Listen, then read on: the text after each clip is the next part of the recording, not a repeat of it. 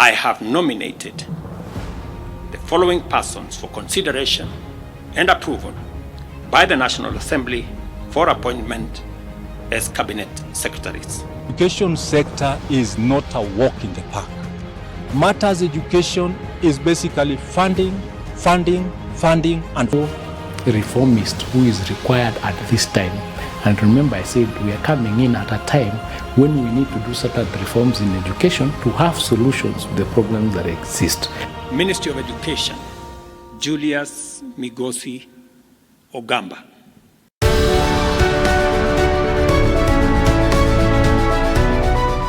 This is home, eh? This is where we grew up. In my early years, there was an old house here, not this one, an old mud house that was here. That's where we grew up. And just around here is where my mom used to do her vegetables and all that. My name is Julius, Migos Ogamba. I come from Kisii County, Kitutu Church North constituency.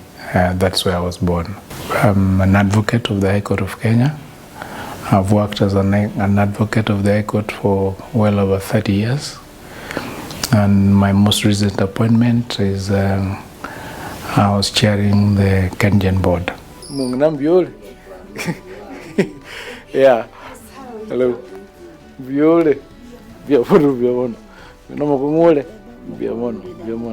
This is my mom here. Hello. My sister. Yeah. My nieces. I come from a family of about 30 plus siblings because we are from a polygamous family.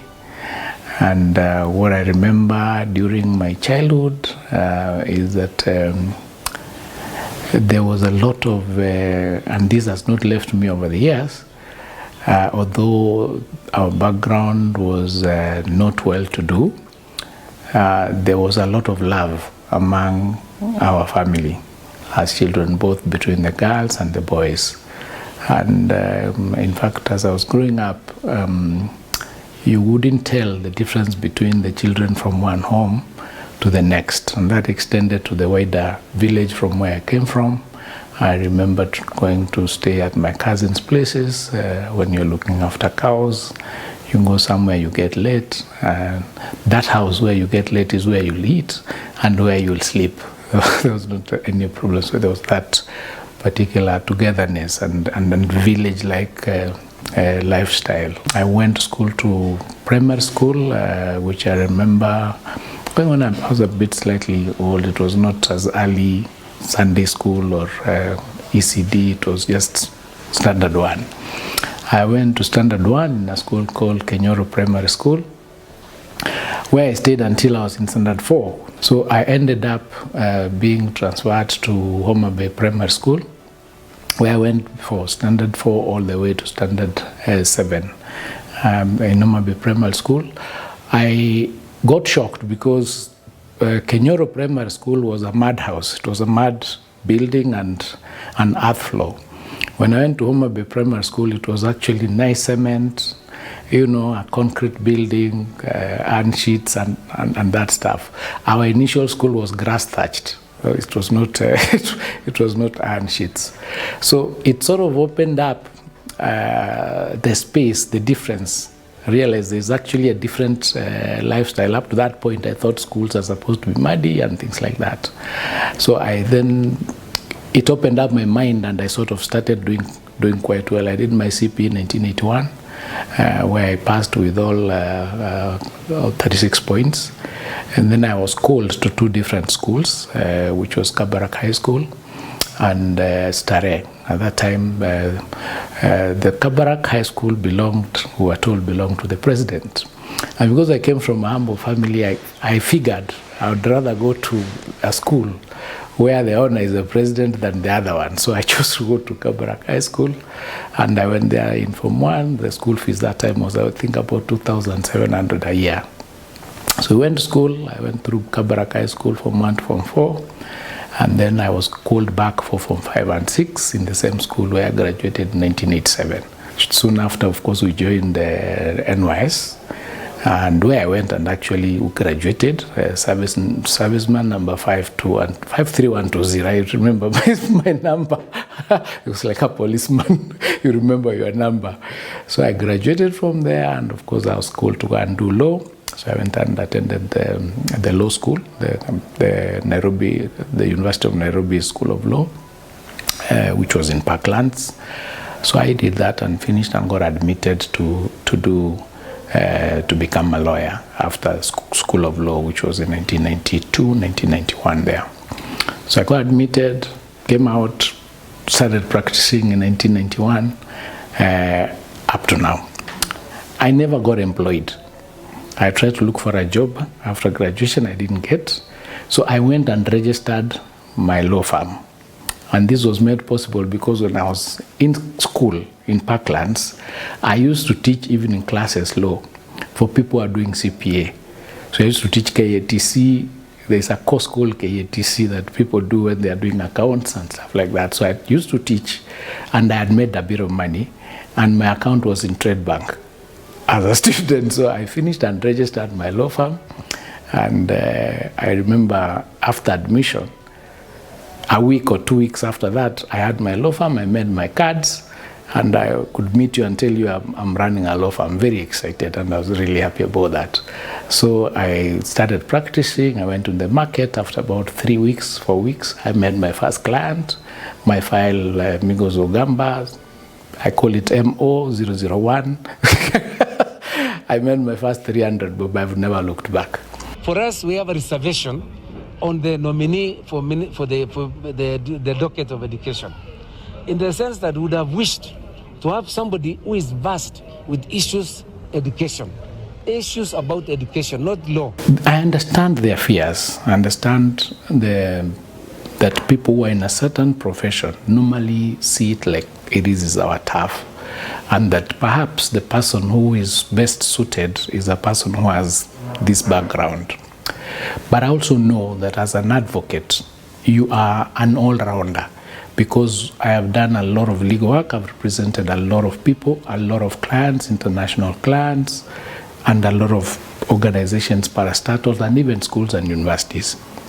Now, as an advocate, you are trained to look at the issue and bring to the fore what are the best solutions for that issue. So as an advocate, in fact, I would say their fears, though well, placed at this time, are not really going to deter me from achieving the goal because of my training. Now, the reason is this. Education is not one isolated subject. You teach lawyers, you teach doctors, you teach historians, you teach scientists, you do all these things. So it is wide. Now, in that sense, an advocate comes who is actually supposed to implement 3 acts, 3 laws, 3 statutes that run the Ministry of Education. And this is the Basic Education Act, the TVET Act, and the Higher Education Act, the Universities Act. So really what I'm doing, or what I'm going to be doing, is implementing those acts, those policies arising out of those acts, those regulations that arise out of those policies, and the guidelines that arise out of those policies and guidelines. So really, it is a legal reformist who is required at this time. And remember, I said we are coming in at a time when we need to do certain reforms in education to have solutions to the problems that exist. And these problems can only be solved through the laid down legal regimes that exist, which I've enumerated above. Therefore, I do think that at this time, indeed, the right person to take that position of cabinet minister for education is a person with a legal background. And I say this because as we speak, there is a presidential task force that was set up that has done a lot of work and collected a lot of data and information, and they have reduced this into recommendations of what needs to be done. As we speak, they have recommended amendments to the law to almost 13 different pieces of legislation. Now, collating all this would require somebody with a legal background to see the pros and cons of it and see how best do we put them together so that we have the best possible result for the reforms and for the particular things that members of the public have requested that needs to be done in the legal, in the education sector. So I think I have it in me, I have the determination, and in fact, all said and done, what needs to be done in this country in all sectors, not just in the education sector, is being determined, being transparent, having integrity in the way you do things, not having vested interest in the decisions that you make, so that we can move this country forward. Whoever is appointed to man the sector of education to have a turnaround and make a difference. Because we are there, our eyes are there, the parents' eyes are there, the learners are there. This is a sector that is run in a three-way traffic. The main challenges that are facing the sector as we speak right now, the first 2 or 3 of them, is the CBC issue. We need to deal with that.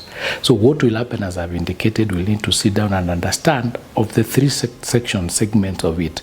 This segment that has a problem, how do we solve it? So we get a solution as quickly as possible so that going forward, it doesn't continue recurring. It should have been done, we'll need to do that. The second issue is the lack of classes for the GSS. And there's a challenge with the naming of that and where they're supposed to be domiciled. I do know that they are supposed to have done 16,000 classes in order to be able to cover this. They've done, I think, 9,000. We have 6,000 to do.